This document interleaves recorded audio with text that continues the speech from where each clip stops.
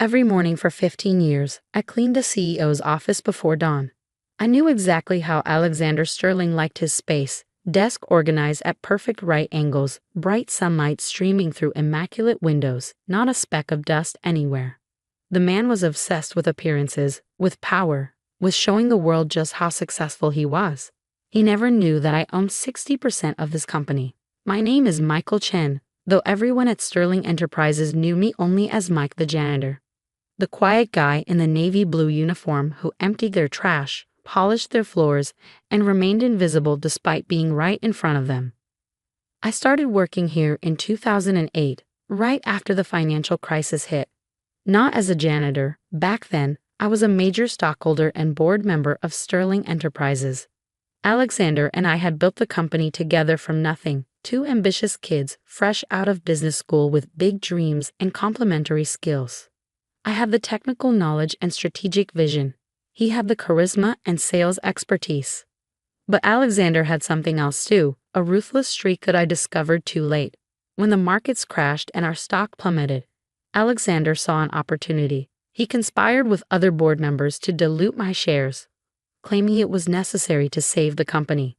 They called an emergency meeting when I was overseas visiting my dying mother, knowing I couldn't make it back in time. By the time I returned, I had allegedly been voted out. Alexander spun a story about my emotional instability and erratic decision-making during the crisis. He even had documents showing I had signed away my voting rights, documents I knew were forged, but couldn't prove it at the time. I lost everything. My position, my reputation, my friends in the industry, all gone. Alexander's smear campaign was thorough. No other company would touch me.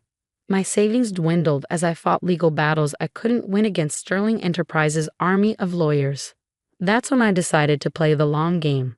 I sold my remaining shares, a mere 5% of the company, and used the money to create an intricate web of shell companies. Then, working through various proxies and investment vehicles, I began quietly buying up Sterling Enterprises stock whenever it dipped. Alexander's aggressive expansion plans meant the company frequently needed capital, creating opportunities for my carefully hidden entities to increase their holdings.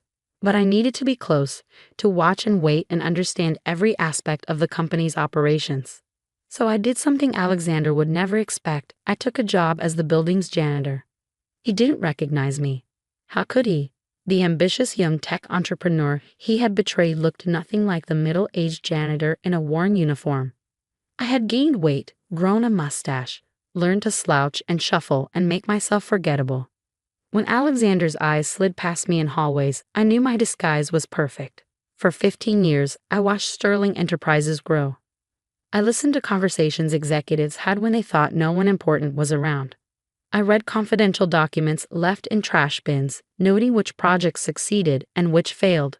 I learned about Alexander's management style, his weaknesses, his tendency to overextend the company's resources. I knew more about Sterling Enterprises than anyone, except unlike Alexander, I understood how things worked from the ground up. I knew which maintenance crews were underpaid and frustrated. I knew which middle managers were passed over for promotions despite their talent. I knew where every crack in Alexander's gleaming corporate facade was hidden. More importantly, I knew about the merger before anyone else. One night, while cleaning the boardroom after a late meeting, I found a crumpled note under the table.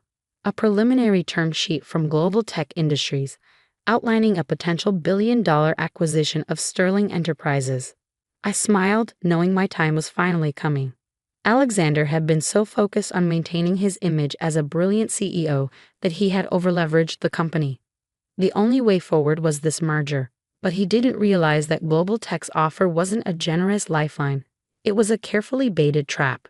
Because what no one at Sterling Enterprises knew was that I also owned significant shares in Global Tech Industries, carefully hidden behind the same web of shell companies.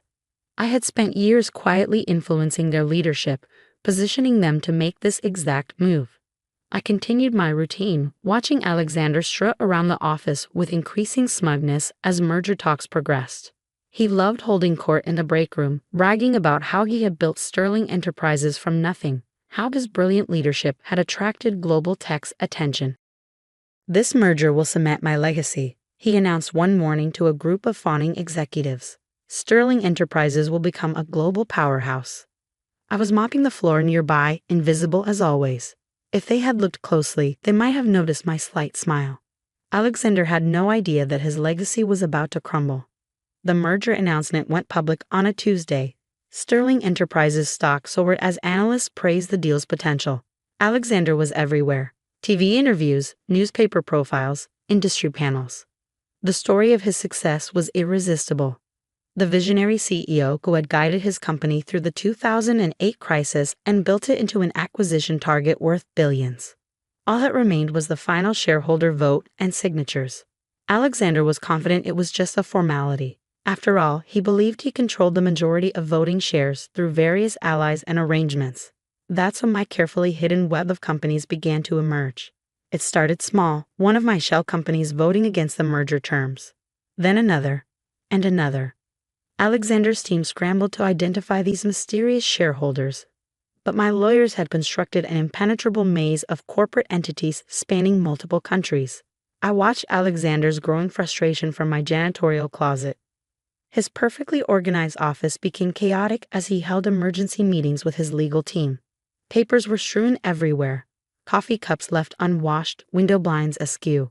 He stopped noticing whether his trash was empty or his floors were cleaned. One evening, while I was doing my usual cleaning rounds, I overheard him shouting into his phone in the otherwise empty office.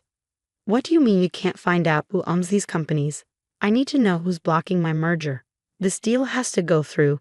The bank loans are coming due, and without this merger." He stopped abruptly, realizing he had said too much, even though he thought he was alone. But I heard the fear in his voice. The house of cards he had built was starting to wobble.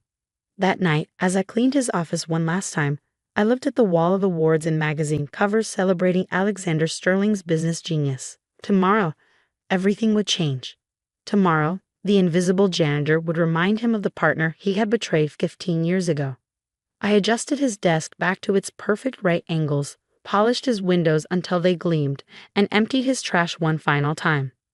In a few hours, Alexander Sterling would learn that appearances can be deceiving, and that true power doesn't always wear a designer suit. The morning of the merger signing, I didn't show up for my usual cleaning duties. Instead, I went to my small apartment and opened a closet I had kept locked for 15 years. Inside hung a perfectly tailored charcoal gray suit, not flashy, but impeccably cut and quietly expensive. I took my time getting ready, transforming myself from Mike the janitor into Michael Chen, majority shareholder. The mustache was gone, replaced by a clean-shaven face that had aged better than Alexander might have expected. I stood straight, letting go of the careful slouch I had maintained for so long. Amazing how a change in posture could erase years of invisibility. The signing ceremony was scheduled for 10 a.m. in Sterling Enterprises' main conference room. I arrived at 9:45, not through the service entrance I had used for 15 years, but through the gleaming main lobby. The security guard, Jim, who had always been kind to the cleaning staff, did a double take but couldn't quite place me. I took the executive elevator to the top floor, enjoying the subtle scent of the leather interior I had cleaned so many times. When I stepped out, Alexander's assistant Lisa was arranging water bottles in the conference room. "Excuse me, sir," she said politely, not recognizing the janitor who had emptied her trash every night. "The merger signing is a private event." I smiled. "I know, I'm a major shareholder." The conference room filled quickly. Alexander's legal team, the global tech executives, board members from both companies, all in their finest suits, all radiating confidence that this was just a formality. Alexander swept in at 9:55, his timing calculated to make an entrance. He looked surprised to see someone sitting in his usual seat at the head of the table, but covered it quickly with his practiced smile. "I don't believe we've met," he said, extending his hand. "Alexander Sterling." I stood slowly, savoring the moment. "Actually, Alex, we have." His hand froze mid-air. I watched the color drain from his face as recognition dawned. 15 years had passed. But in that moment, he saw the young partner he had betrayed. "Michael," he whispered. "Hello, Alex. It's been a while." The room had gone deadly quiet. Alexander's legal team was exchanging worried glances. The global tech executives looked confused. "What? What are you doing here?" Alexander managed, trying to regain his composure. I pulled out a stack of documents. I'm here to vote on the merger. Or rather, my companies are here to vote. Phoenix Holdings, Sunrise Investments, Blue Ocean Capital. I believe you've been trying to identify these shareholders for weeks now. Alexander sank into a chair, his legs seemingly unable to hold him up. That's impossible. You sold your shares. I made sure. You made sure I sold my original shares. I corrected him. But I've been buying back into the company for 15 years.